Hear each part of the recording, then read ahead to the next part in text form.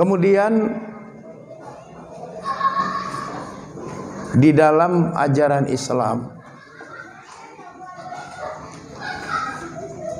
dari 12 bulan yang Allah ciptakan itu, ada 4 bulan yang disebut dengan Ashhurul Hurum atau Asy-Syahrul Haram, bulan-bulan yang disucikan atau bulan yang disucikan. 4 bulan itu adalah Zulqa'dah, Zulhijjah, Muharram, dan Rajab. Sekarang kita berada pada bulan Muharram, salah satu bulan dari 4 bulan yang disucikan di dalam Islam. Apa maksud disucikan? Maksudnya di dalam 4 bulan itu umat Islam diharamkan berperang, diharamkan menumpahkan darah, kemudian dianjurkan untuk mampu mengendalikan ghadab, luapan emosionalnya. Sehingga di dalam Ashhurul Hurum, 4 bulan yang disucikan itu, kita sangat dianjurkan untuk memperbanyak ibadah puasa dan berbuat kebaikan. Karena dengan berpuasa kita diajarkan untuk bisa berperilaku sabar, berperilaku mengendalikan diri dari dalam diri kita sendiri.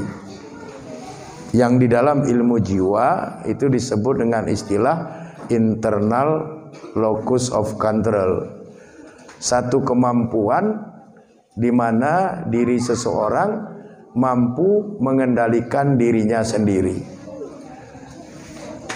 Kalau sudah sampai kepada peringkat itu, maka tidak perlu ada waskat, pengawasan melekat. Kenapa?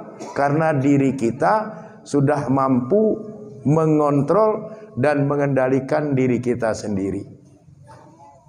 Itu salah satu dari sekian banyak hikmah yang terkandung di dalam Ashhurul Hurum, bulan-bulan yang disucikan, yang jumlahnya ada 4 di dalam Islam, yaitu Zulqa'dah, Zulhijjah, Muharram, dan Rajab.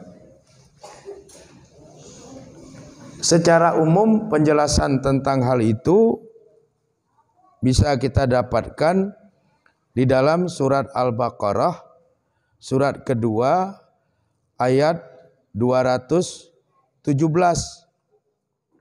Yas'alunaka anis syahril haram. Mereka bertanya kepadamu, wahai Muhammad, anis syahril haram, tentang bulan yang disucikan, qitali fihi, yang tidak boleh berperang di dalamnya. Qala, maka jawablah, qitalu fihi kabirun, berperang di dalam Asy-Syahrul Haram, bulan yang disucikan itu adalah kabirun, adalah dosa yang besar. Jadi umat Islam selama mereka berada di dalam bulan-bulan yang disucikan itu, mereka tidak boleh berperang kecuali diperangi. Tidak boleh menumpahkan darah, tidak boleh membuat hal-hal yang destruktif, tidak boleh membuat hal-hal yang merusak. Dan salah satu dari 4 bulan yang disucikan itu adalah bulan Muharram, yang pada malam hari ini bulan itu kita kaji, kita ulas. Kemudian jika kita merujuk ke dalam kitab-kitab induk hadis, Apakah Sahih Bukhari, Sahih Muslim, Sunan Abu Dawud, Sunan Tirmizi, Sunan Nasai, Sunan Ibnu Majah, Musnad Ahmad bin Hambal, Muwatta' Malik, Musnad Asy-Syafi'i, Musnad Al-Humaidi, Sunanul Kubra lil Baihaqi, dan semua kitab induk hadis yang lainnya, maka di situ kita akan mendapatkan ajaran dari Nabi Muhammad SAW berkaitan dengan masalah bulan Muharram. Di antaranya kalau kita membaca Sahih Muslim, kita akan mendapatkan hadis dari Abu Hurairah, di mana Nabi bersabda, afdhalus siyami ba'da Ramadan Syahrullahil Muharram. Puasa yang paling afdal, yang paling utama. Jadi afdal itu bentuk superlatif dari fadlun. Afdal itu isim tafdil dari kata fadlun. Kalau fadlun itu artinya utama, afdalun itu artinya lebih utama. Jadi puasa yang lebih utama setelah puasa wajib di dalam bulan Ramadan itu adalah puasa pada bulan Allah, yaitu bulan Muharram. Jadi kalau kita puasa di bulan-bulan yang lain, puasa sunat, itu fadlun, itu utama. Tapi kalau puasa sunat itu kita lakukan di dalam bulan Muharram ini, itu afdalun, lebih utama. Oleh karenanya, selama kita berada di dalam bulan Muharram ini, puasa-puasa sunat yang ada di dalamnya hendaknya kita mengamalkannya. Apakah puasa Senin, puasa Kamis, Siyamul Bid 13, 14, 15 menurut perhitungan Hijriyah atau Qamariyah. Kemudian nanti ada puasa Asyura dan sebagainya. Itu hendaknya kita melaksanakannya, tidak menyia-nyiakannya. Karena kualifikasinya itu afdal, lebih utama. Dia bentuk superlatif. Ada good, ada better, ada best. Jadi kalau afdal itu the best. Tidak ada bentuk yang lebih tinggi dari itu. Jadi untuk semua jenis puasa sunat, yang paling afdal itu adalah puasa sunat yang dilakukan selama berada di dalam bulan Muharram. Kemudian Nabi menjelaskan, wa afdalus sholati ba'dal faridah, dan sholat yang paling afdal setelah sholat wajib, sholatul lail, yaitu sholat malam. Apalagi sholat malam itu dilakukan selama berada di dalam bulan Muharram.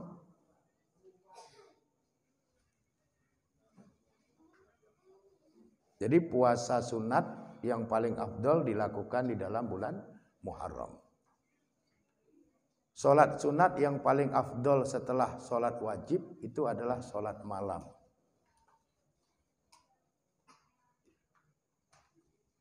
Sholat khafifatain, sholat tahajud, sholat witir, itu afdal di antara semua jenis sholat sunat yang ada. Apalagi kalau dilakukan di dalam bulan Muharram.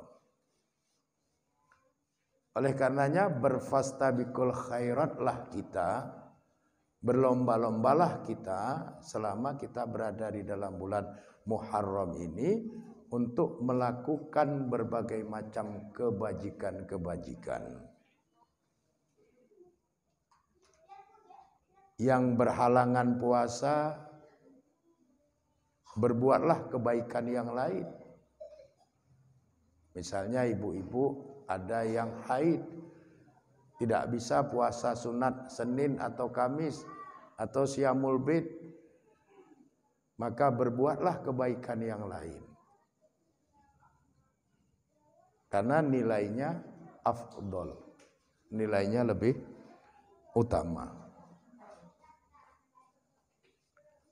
Kemudian di dalam bulan Muharram itu sendiri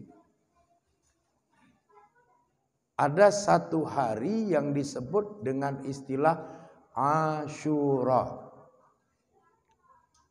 Asyura itu artinya hari ke-10 dari bulan Muharram, di mana kita dianjurkan untuk berpuasa pada saat kita berada pada Asyura itu. Secara tarikhi, secara kesejarahan,